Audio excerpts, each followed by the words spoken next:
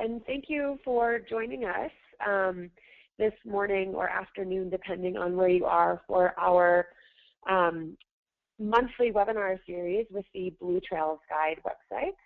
My name is Faye Augustin, and I am the Intermountain West Blue Trails Manager with American Rivers. I'm very excited that you guys are all joining us for our webinar this month, where we're focusing on engaging youth with rivers through experiential education. I'm so excited that we have Pete Wadden with Walking Mountain Science Center, which is located in Eagle County, to walk us through a great program that they've started to get kids out on the river in Eagle County.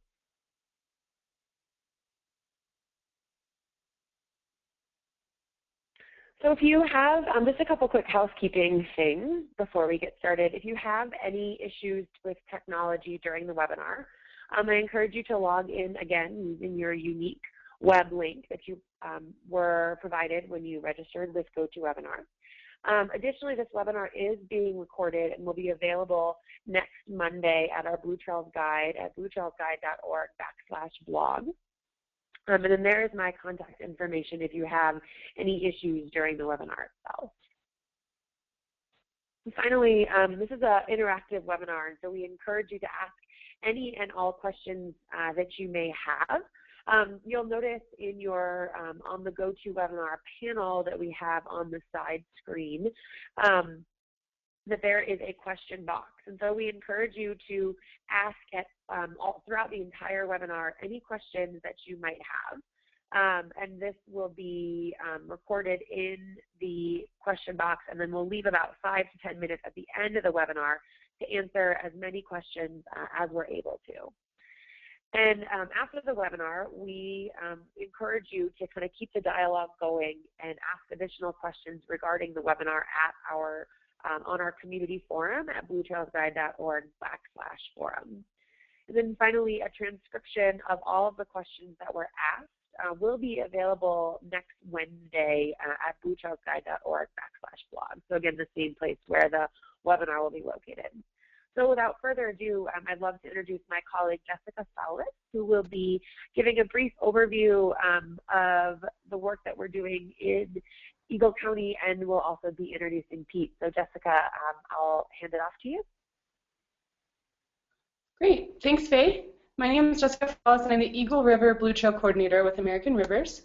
And the Eagle Blue Trail is the first out west, and here are the criteria for a blue trail, which you might be familiar with. And Eagle was chosen because it was pretty strong in these 3 criteria, and the webinar today highlights an organization promoting ecological and conservation values throughout Eagle County. So for the Eagle Blue Trail, we work really closely with local partners supporting their efforts.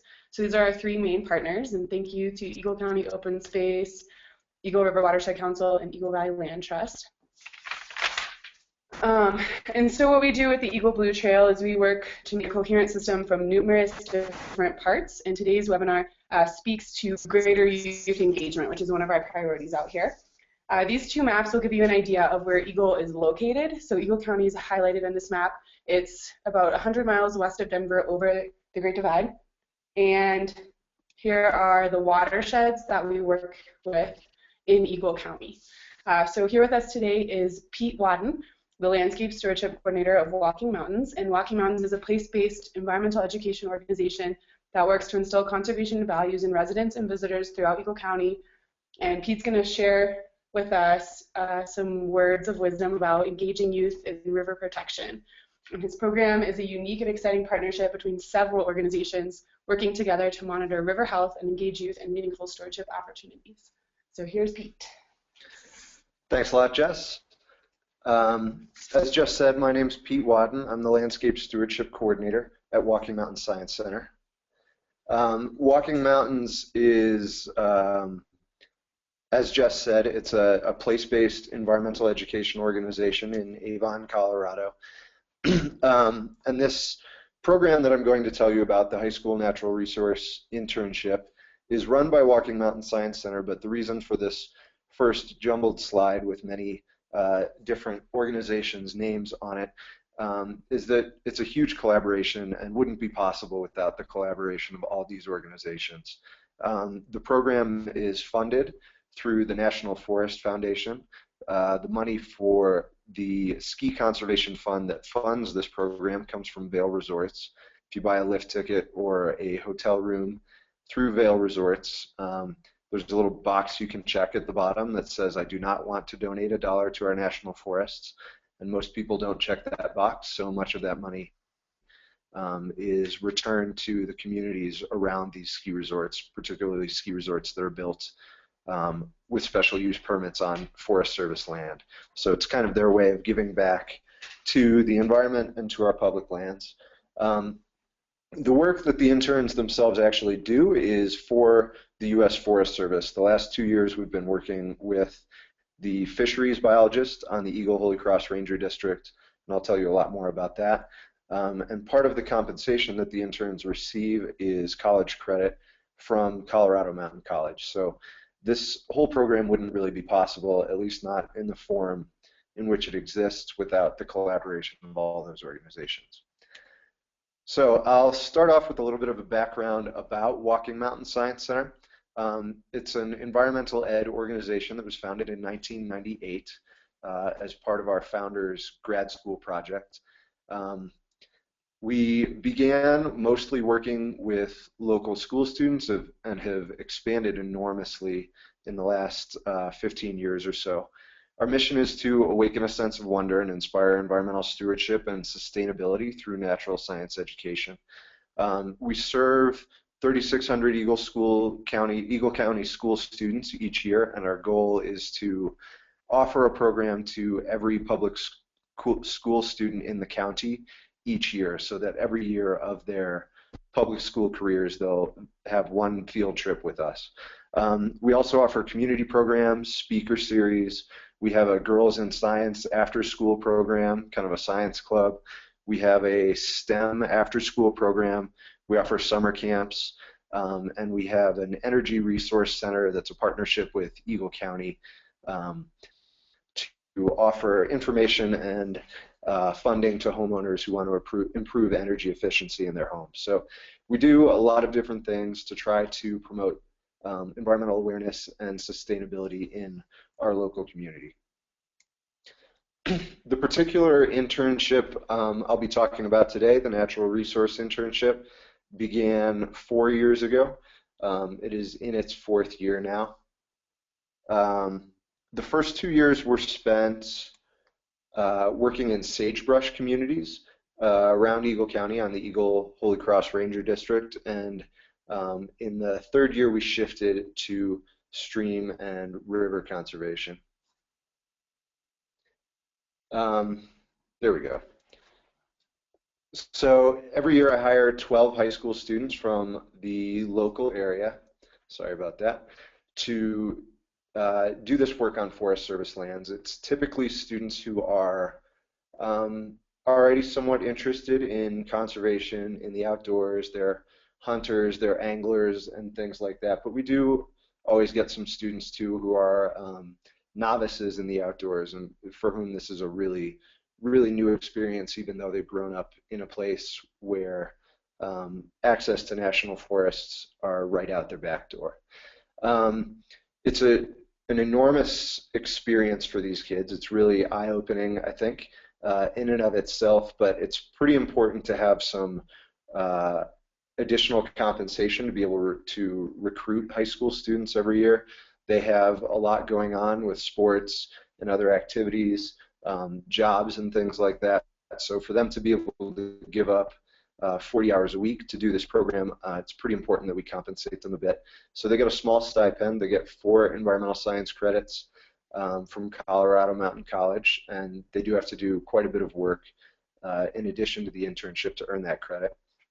And we kind of celebrate the summer at the end with a 3-day hut trip. There's a pretty extensive hut system in the mountains around Eagle County, and we rent out one of those huts for 3 days and go and kind of celebrate their accomplishments over the course of the summer. So I kind of went over the collaboration aspect of this program a little bit already. Like I said, it's extremely important, and in addition to the work on Forest Service lands, the funding from the National Forest Foundation and the Ski Conservation Fund, and the support I get from Walking Mountain Science Center, we also try to expose the high school students to careers in environmental science by doing info sessions over the course of the summer with folks from the Nature Conservancy, Eagle River Watershed Council, and Eagle Valley Land Trust, and may expand to others like American Rivers in future summers. Part of the reason for this is that, you know, as a kid, I was interested in working in natural resource conservation, working in the outdoors. And if you had asked me as a high school student, I probably would have said, well, I'd like to be a park ranger, or I'd like to be a college professor. And I just didn't really know the variety of career opportunities that exist in these fields. So, you know, I've been lucky to find a position where I can be kind of a park ranger and kind of a college course instructor at the same time. So I'm trying to expose these kids to compelling careers in environmental science, land conservation, things like that, so that they will pursue these things into college and into their careers. For me, the objectives of this internship are really twofold. First, we are required to collect important, reliable data for the U.S. Forest Service. That's what the National Forest Foundation funds, is on-the-ground work on Forest Service lands. But the goals of Walking Mountain Science Center and Colorado Mountain College have more to do with the development and education of the interns who participate in this. So my first priority, of course, is to collect valuable data for the Forest Service, but through that data collection, through the training the interns receive, we're trying to promote interest in the natural world, sustainability, careers in conservation, and environmental stewardship. And I'm going to go into a little bit about how we try to do that, kind of what my philosophy is about that stuff. I think it's very important not to underestimate the value of positive outdoor experiences for these kids.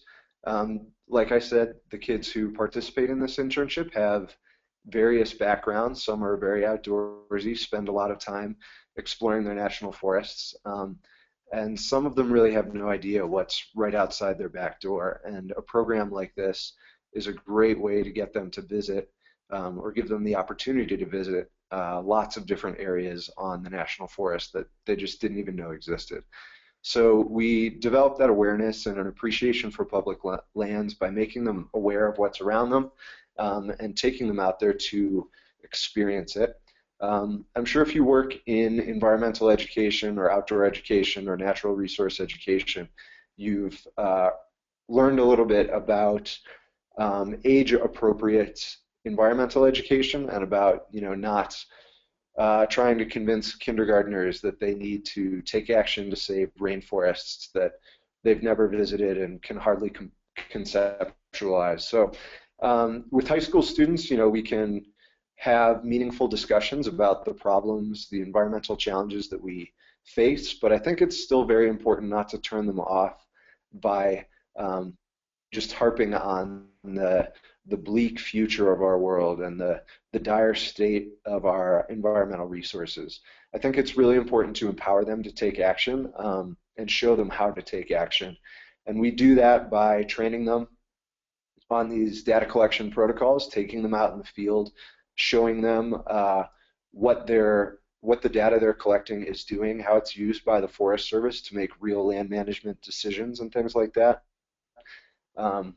So that they feel like they have the power, the ability, and the skills to make the changes that they want to see in the world around them. The education that they get is a combination of classroom and practical experience. So they're doing hands-on data collection, getting in the streams, putting on waders, measuring rocks, and collecting stream sediments and macroinvertebrate samples. But they're also spending time reading textbooks and writing papers and taking tests and things like that. So we try to offer them information through those more traditional classroom routes and then reinforce that information with real hands-on experience. Finally, something that's really important to me is to challenge these kids physically, mentally, emotionally, so that they're more aware of what they're actually capable of. Um, Most of these kids are relatively fit. They're young and healthy.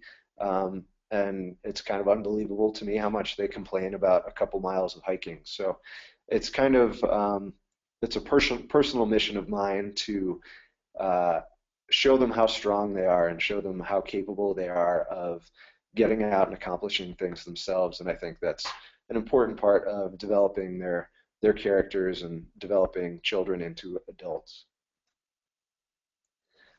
I'd like to talk now a little bit about the ecosystem that we're working in, the actual hands-on, kind of the nitty-gritty of the monitoring that we do. The area where we live is between 6,000 and 10,000 feet, and the streams that we're monitoring are also in that sort of ecosystem. So they're pretty cold, fast-running, high-velocity streams with lots and lots of introduced trout species, particularly brown and brook trout. There are also some rainbow trout and still some remaining populations of native cutthroat trout, which are the only trout native to Colorado on this list here, and sculpin, which is another native fish, not a species of trout, but kind of a bottom dweller. The rainbow and cutthroat interbreed, which is an interesting threat to cutthroat populations. The other types of fish also compete with cutthroat populations. So there are huge opportunities for learning about these issues with the data these high school students are collecting. The primary threats to the streams themselves are sedimentation, particularly from snow mitigation on roads near the streams, the appearance of invasive non-native species and microbes like chytrid fungus and different algae, didymo algae and things like that, quagga mussels and zebra mussels in some cases at lower elevations. And then, of course, habitat destruction, riparian development, ranching, and things like that that affect the stream banks and cause increased sedimentation in the streams. So the high school kids learn about all these issues, learn about how various nonprofits and government agencies are working to combat those issues, and actually get to take some action to support those efforts in protecting the streams in their home county. The monitoring that the interns actually do, we began the summer last year with boreal toad surveys, so kind of walking a grid pattern through some marshlands looking for that little guy on the left-hand bottom corner of the screen here. Boreal toads are an endangered species in Colorado. They're threatened by chytrid fungus, which is a fungus that can infect their skin. Predation from tiger salamanders. Tiger salamanders are another native amphibian in Colorado, but they like to eat boreal toad tadpoles. And also physical habitat destruction and possible threats from climate change as well, affecting these kind of cold weather toads. So we spent the first couple weeks of the summer doing that while runoff was high and streams were a little too high and too dangerous to have the high school students actually get in. But the real focus of our summer is on those fast-flowing streams. So the last 4 weeks or so of the internship, we were doing physical habitat monitoring, measuring bank full width, and stream and log debris, habitat for trout and things like that. We spent a lot of time doing pebble counts, measuring the substrate in the bottom of the stream to see what kind of habitat it provides for fish, but also for the macroinvertebrates, the insects that those fish depend on for food, because they're a great indicator of stream health. And finally, kind of a treat for the high school students, we did a little bit of electroshock fishing, which is what's going on in the picture on the right-hand side of the screen. That's one of the high school students from last year holding a net, walking next to one of the U.S. Forest Service seasonal employees who looks carrying some piece of equipment out of a Ghostbusters movie that's electro fishing setup. The wand in his left hand is an anode. There's a tail that hangs down, a piece of cable that's a cathode, and it runs a little bit of an electric current through the stream that stuns the fish. They kind of float to the surface. We net them, and we can measure them, weigh them, identify them, and see in a given 100-meter stretch of stream how many individual fish there are, how many of different species, different age classes, and things like that. So it's a pretty cool opportunity for these kids to see practically every fish that's in a section of stream, actually handle them, measure them, see them up close and identify them, and then release them back into the stream. All this work that the interns do is relatively high level for a high school student to be doing real monitoring that's actually used by the Forest Service. So we spend our first week training, then they get to do 6 weeks of work in the field, and in week 8 they perform a presentation on what they've learned and what they've accomplished, and then, as I mentioned before, we kind of celebrate the summer with a 3-day hut trip. So they learn how to perform these protocols. I really expect them to master these protocols so that they can do them consistently with, certainly with adult supervision, but it's pretty impressive how well they're able to master these protocols and do them independently. This series of pictures at the bottom, these 2 photos, are of one of our high school interns in the middle teaching a group of middle and high school students who are doing a summer camp at Walking Mountain Science Center about what the interns do every day. So he's showing them how we preserve a macroinvertebrate sample in what's called a whirl pack. So in the picture on the left, you can kind of see a green glob of algae in the bag. It's preserved in alcohol, and then he's sealing that bag in the picture to the right, where he's kind of spinning the bag. That's why it's called a whirl pack, to seal it up, and we can send it off to a lab for analysis. So I think it's really, really cool to be able to have students teach other students. Part of the value of this program to Walking Mountain Science Center is to have impacts on students' education in the county from kindergarten through 12th grade, and to have that continuity year to year so that younger kids look up to older kids. Younger kids are participating in some of those programs I mentioned before, after school Girls in Science, summer camps, STEM programs, and things like that, and they can look up to these high school interns, see what they're doing, and maybe look forward to doing that one day themselves. Obviously, it's a little bit of a cliche too, but one of the best ways to learn is also to teach. So it's great to see kids teaching other kids, I think. Next, I'd like to talk about some of the challenges of this program, things that I've overcome, things that I ran into, things that were unexpected. The biggest challenge for me has been juggling the expectations of the 4 or 5 different organizations who make this internship possible. So the picture at the bottom left there is 2 folks from the Forest Service working with 3 of our interns last year. They're measuring some of the fish that we caught electrofishing, identifying them, recording them, and things like that. And it's pretty cool that you can see probably the girl who's measuring the fish there was not typically very outdoorsy. She was, you know, wore lots of makeup for field days and wore tank tops. It was cold and rainy that day, and you can kind of see how well prepared she was. At the beginning of the summer, she would never have touched a slimy live fish or a worm or anything like that. And there she is midway through the summer working closely with Forest Service staff members, handling fish professionally, and she was actually excited to do it. So it's pretty cool to see those impacts. That was a little bit of a digression, though. Back to juggling the expectations. So the folks at the Forest Service, their top priority, of course, is getting good data from us.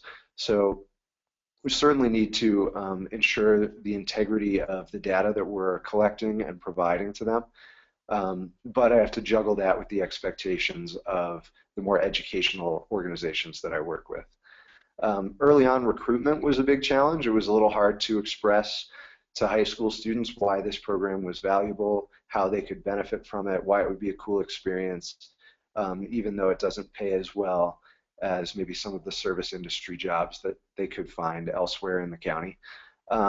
And building relationships with people at all these different organizations and at the schools where I recruit high school students was really a challenge too. Balancing the expectations is really not all that hard. It's pretty easy to take the data analysis, data collection aspects of this internship and turn them into an educational opportunity for the students. So NFF and the U.S. Forest Service expect us to collect good data.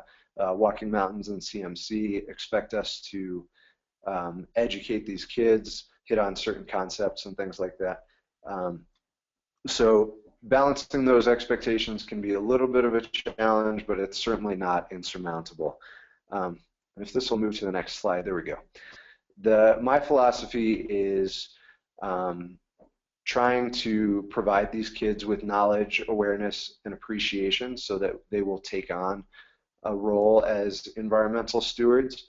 I have this kind of flow of knowledge leading to awareness, leading to appreciation, and then all of those leading to stewardship in the end. So that's kind of my educational goal for these kids, is not that they won't stop caring about the environment when they finish this internship, that they'll continue to study environmental issues. And this picture on the right is of two of the boys who participated in the first year of the internship when we were studying sagebrush habitats. One of them is finishing his senior year studying to be a genetic engineer at Colorado State, and the other one went to school at UC Santa Barbara and studied ecology or environmental science. I'm not exactly sure which, but it's hard to say whether these guys came in with those interests to begin with, but they certainly continued on that career path after they finished the internship. So that's a little bit of a success story for me. I mentioned that one of the other challenges is recruitment. And probably the best advice I could give to someone who was trying to replicate a program like this or get high school students interested in stewardship is that you've got to follow up with these kids. High school kids are forgetful, they're flaky, they may seem really excited about a program when you go and talk to them in person, but they are unlikely to take the initiative to follow up about it. So it's really important, I found, to get the email addresses or phone numbers of the kids that you talk to and follow up with them yourself. Remind them, okay, here's the deadline for applications, here's what you need to do to apply, here's why this program is cool. Just kind of remind them of things that you may have told them in person.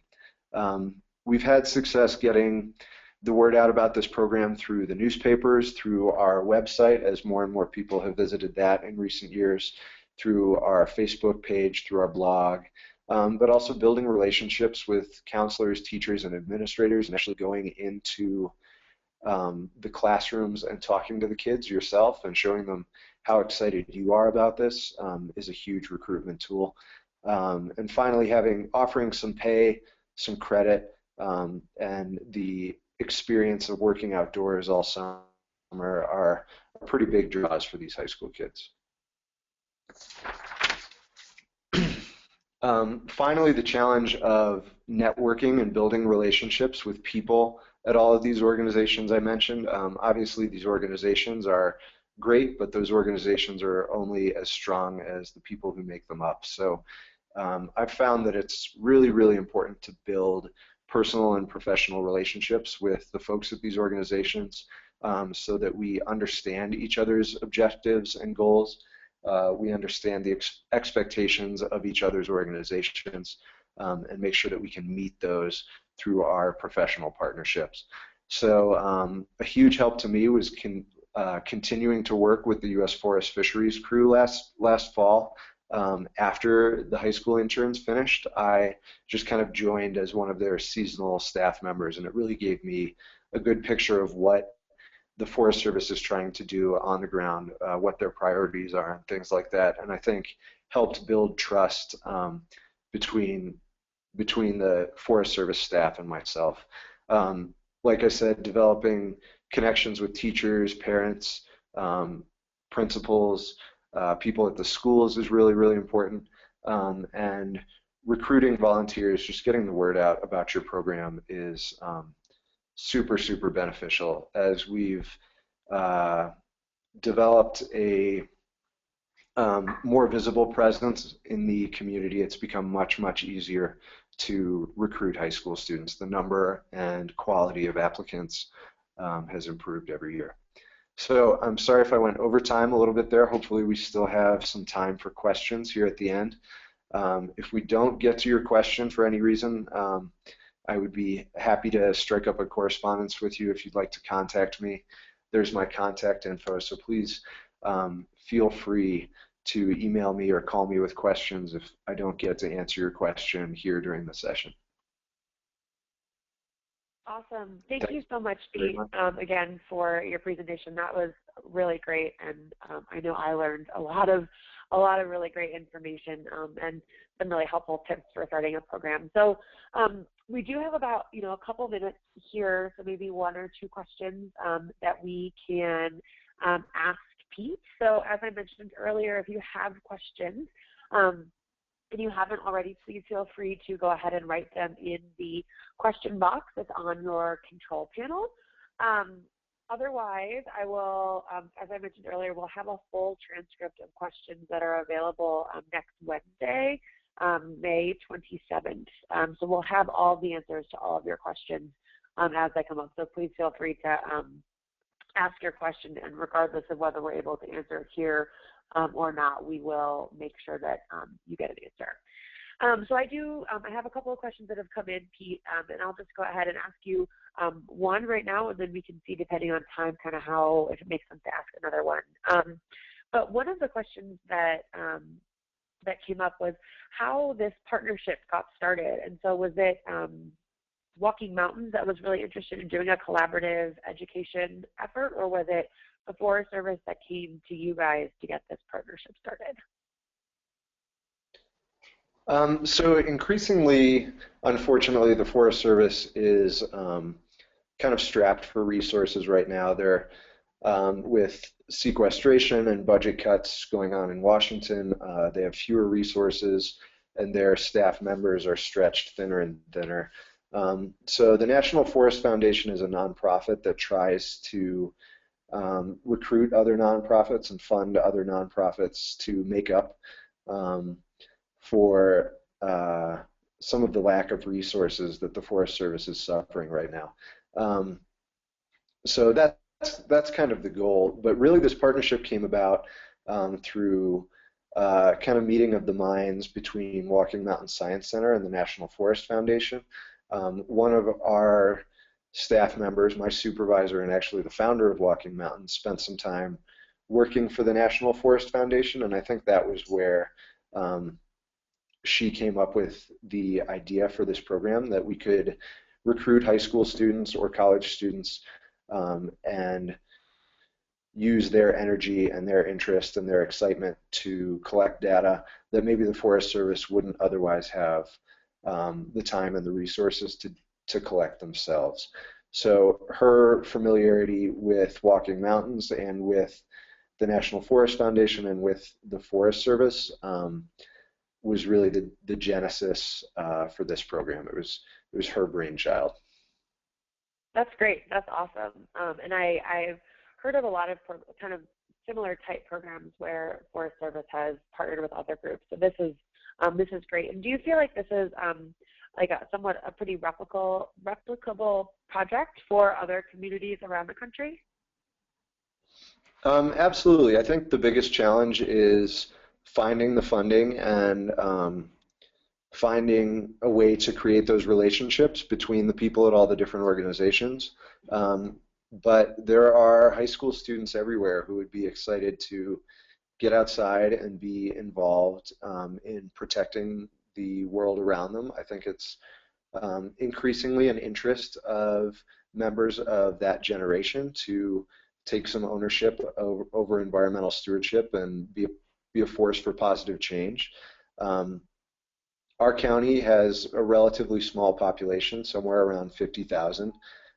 So being able to recruit from a total population of 50,000 is a little bit of a challenge, but I think many places that have a couple of high schools and an organization with the will to do something like this could find the funding and find the students to do the work. Great, that's awesome. So I think because we are approaching about over 5 minutes over, I'm going to have the rest of the questions that have been asked go to our transcript of questions, like I said, that will be available on May 27th. So please, like Pete said, if you have additional questions after the webinar, I would encourage you to either reach out directly to Pete. Again, I've just put his contact information back up on the screen, or feel free to reach out to either me or Jessica through the Blue Trails Guide website and ask any additional questions that you might have. Our community forum is also a great place to engage.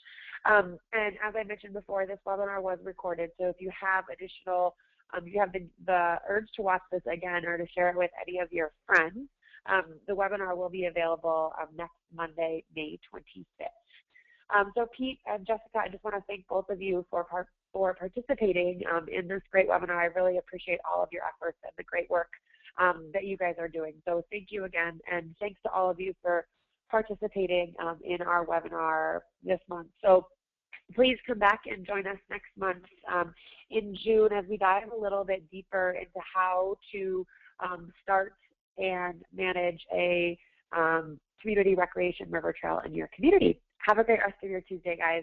Thanks so much.